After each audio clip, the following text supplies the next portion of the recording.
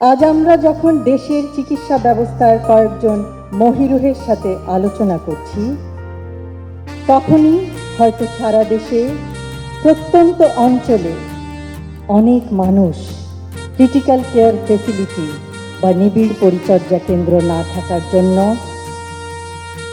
বিনা চিকিৎসায় কাতরাচ্ছেন, মৃত্যুবরণ করছেন।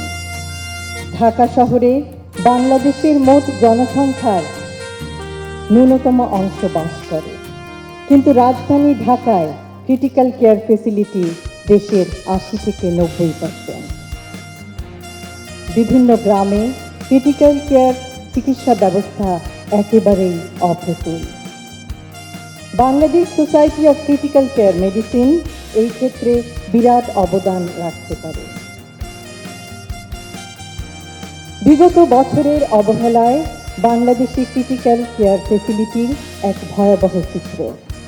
প্রতি ১ লক্ষ দেশবাসীর জন্য ক্রিটিক্যাল কেয়ার বেডের সংখ্যা ১.৭।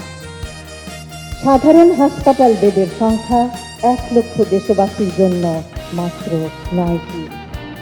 ৬৪ জেলার মধ্যে ৩৮টি জেলায় স্থানীয় হাসপাতালে কোনো ক্রিটিক্যাল কেয়ার বা নিবিড় পরিচর্যা কেন্দ্র নেই। দেশের ৮০ থেকে ৯০% ইন্টেনসিভ কেয়ার ইউনিট রাজধানী ঢাকায় অবস্থিত, কিন্তু ক্রিটিক্যাল কেয়ার ইউনিটগুলি মূলত বড় শহরের হাসপাতালগুলিতে। আমাদের ৬৮ থেকে ৭০% দেশবাসী বাস করে গ্রামাঞ্চলে। তাহলে তারা কিভাবে ক্রিটিক্যাল কেয়ারের মতো সেবা পাবে? কেউ অসুস্থ হলে তার জন্য কিভাবে সর্বোচ্চ চিকিৎসা সেবা প্রদান করা যাবে?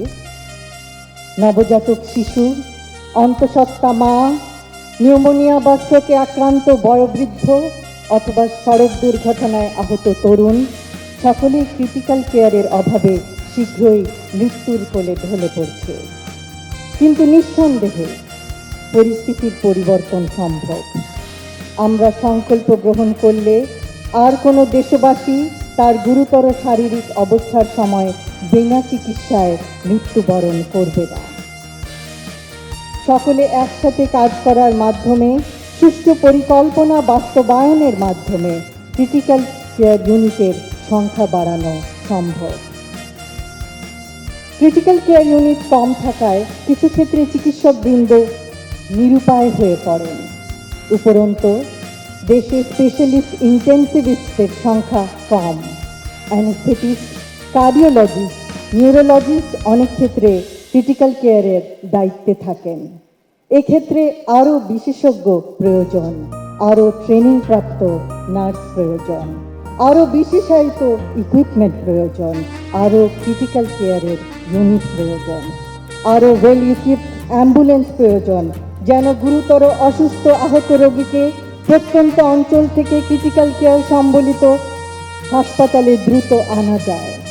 শুধুমাত্র তাহলেই আমরা আরও বেশি সংখ্যক রোগীকে ক্রিটিক্যাল কেয়ার ইউনিটে চিকিৎসা প্রদান করতে পারব।